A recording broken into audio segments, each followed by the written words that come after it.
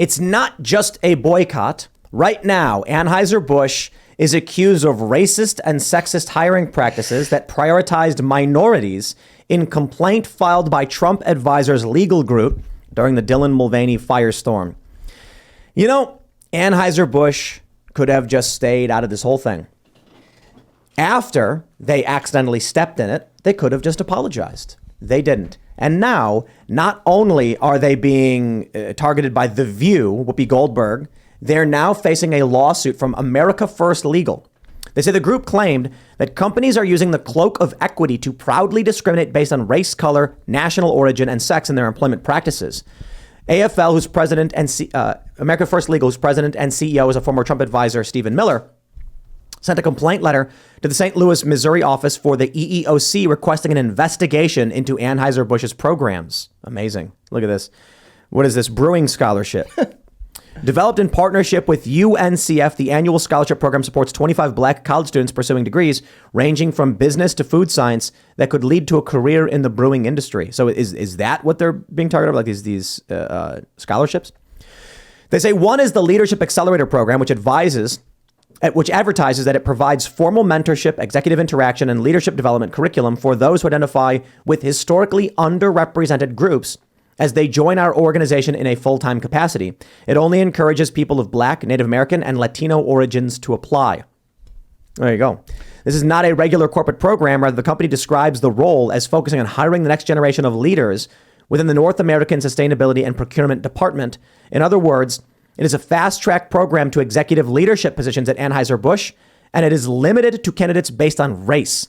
The pro forma equal opportunity employer language at the end of the posting does mask the company's discriminatory intent and purpose.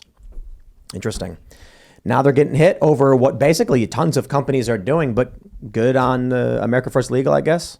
These diversity quotas are nothing new, and affirmative action surely isn't new. And when those were created, they weren't supposed to last this long. But now it's created what I basically call black privilege, where we are given all these opportunities just because of the color of our skin. And I feel like it's such an outdated concept that it shocks me that you still have companies that are going so out of their way to push for minorities as if minorities can't be successful on our own right. It's honestly insulting to me. And I feel like it's going to continue until I honestly feel like white people are going to have their own version of like a civil rights movement just because these racist things just keep happening in these companies. I think it's going to result in heightened racial tension, people fighting.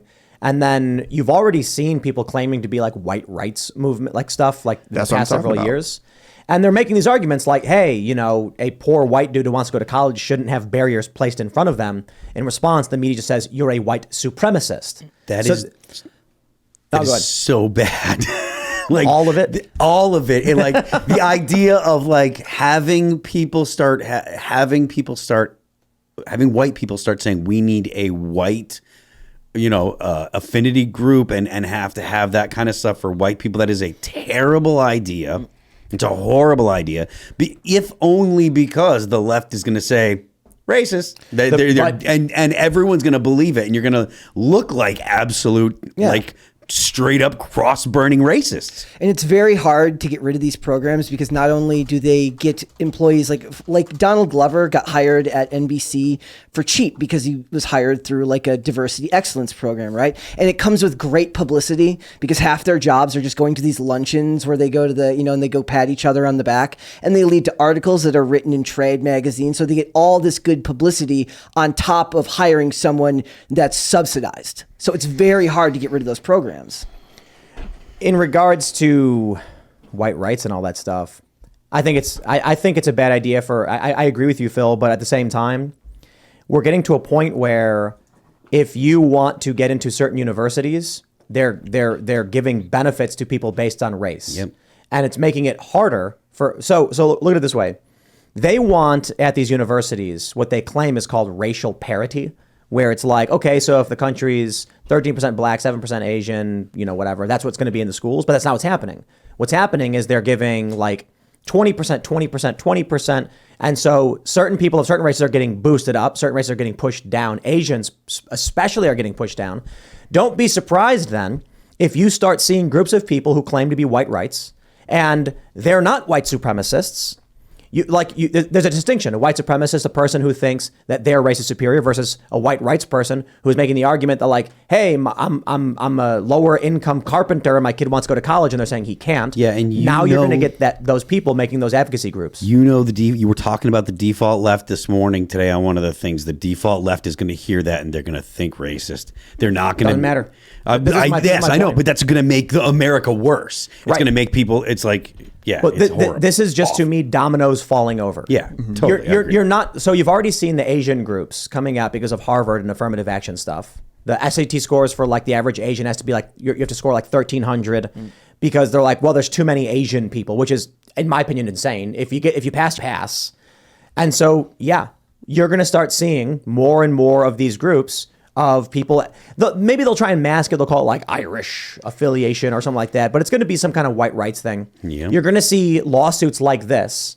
They're going to be called white supremacist. But I will say, perhaps the reason we won't see those groups forming is because Republicans are too scared of the left. So they won't call it that. They'll call it America First Legal. You know, where I'm not arguing that America First Legal is fighting on behalf of white people. I'm saying they're going to give it names like the American Pride, rights organization. Even or the something word like that. patriot has been turned into something that they find to be despicable They're and try- synonymous with racism. They're trying to do that with the Betsy Ross Yeah, flag. absolutely. Like, They did that. Well, they tried to. Who was it? Like, was it Colin Kaepernick who got that shoe booted off? I think it was. Yeah, and it's like it was. I know there were people. I definitely responded with a picture of Barack Obama with the Betsy Ross flag behind him when he was inaugurated. Yeah. It's like, give me a break. Founding flag. It's so ridiculous. I mean, they still do the same thing with the Gadsden flag, and you have to Yeah. explain to them that it has nothing to do with that it was a revolutionary But they're war. lying on purpose. No, yeah. They're just Yes. trying to trample over the things that remind people of what this country was founded upon. The Gadsden flag is individuality, Yep. and resisting tyranny, liberty, and things like that. And they want to turn liberty into fascism. They lie, cheat, and they steal. That's what they do. And that's why they win, because they have no morals and because they have no problem with breaking the rules if it means that they're. We were just talking about this today. Okay, they have race swapped or they've made a colorist move for the casting in Lilo and Stitch. It sounds off, but it tracks Wait, what? back. Well, okay, so they casted a woman who is not Polynesian to play a character to play Lilo's mom in Lilo and Stitch, right? And they don't care. And the lady basically makes the argument. She says it's okay to race swap Ariel in The Little Mermaid because it benefits black people to now have representation in this field, but it doesn't benefit a minority group if we do it this way. They literally just admit it doesn't matter if we're being hypocritical. Yes. We're right because our end goal is more righteous That's than the yours. logic of Right. Herbert Yes. Marcuse. That is the logic Yeah. of the left. Yeah, today. exactly. It's Herbert Marxism. Marcuse. Yes. Yeah. I'm pretty sure that woman that got cast was actually Polynesian. She's just, I think, Polynesian and part white. So they were saying that she just wasn't dark enough for the character. she's Filipino, I believe. I don't believe she's Polynesian, but she's born in Hawaii. So she's for all intents and purposes. That's why they're not calling it racist. They're calling it colorist. So it's different. It's about shades, not about actual racial makeup. So there's one thing that I want to point out. Like people talk about, there was a lot of people talking about critical race theory, and everyone was saying, "Oh, blah blah blah. You don't know what it was, and it's not this or whatever." One of the things that critical race theory talks about is having a critical consciousness awoken, a critical racial consciousness. When you awaken a critical racial consciousness in white people, they essentially are saying, "Look, you should feel bad." That's the whole the White Fragility book. The book makes that argument. There's going to be an amount of people that are going to be like, "Well, I don't feel bad," and they're going to be like, "Well, okay, so now I'm going to have a white affinity group and I'm going to join it, and I'm not going to feel bad." And Jordan Peterson made this argument, 6-7 years ago that like.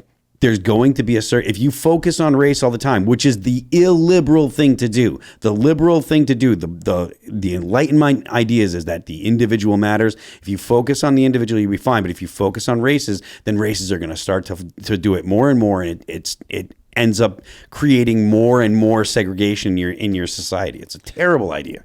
They hate focusing on the individual. Yeah, they do. I mean, I feel like that's what they're already doing. because I always call critical race theory just critically looking for racism into everything, where we're told as young children, especially as a young black kid, you're told to look at the differences between the person or you and the people next to you, instead of realizing like, oh, we have so much in common. We have all these different cultural aspects that might be different, but they're cool. We can learn about each other's cultures. Instead, we're told to basically hate our neighbor, hate the person next to us if they're not the same color as us. I don't understand how anybody can feel that that is productive to put into the minds of kids. And you know it's not, because these educators are hiding it in curriculum. They're calling it all kind of other things. They're calling it ethnic studies, or sometimes they just call it something that has nothing to do with CRT, but they're still putting it in the curriculum. Thanks for watching this clip from the Timcast IRL podcast. Hang out with us live Monday through Friday at 8 p.m.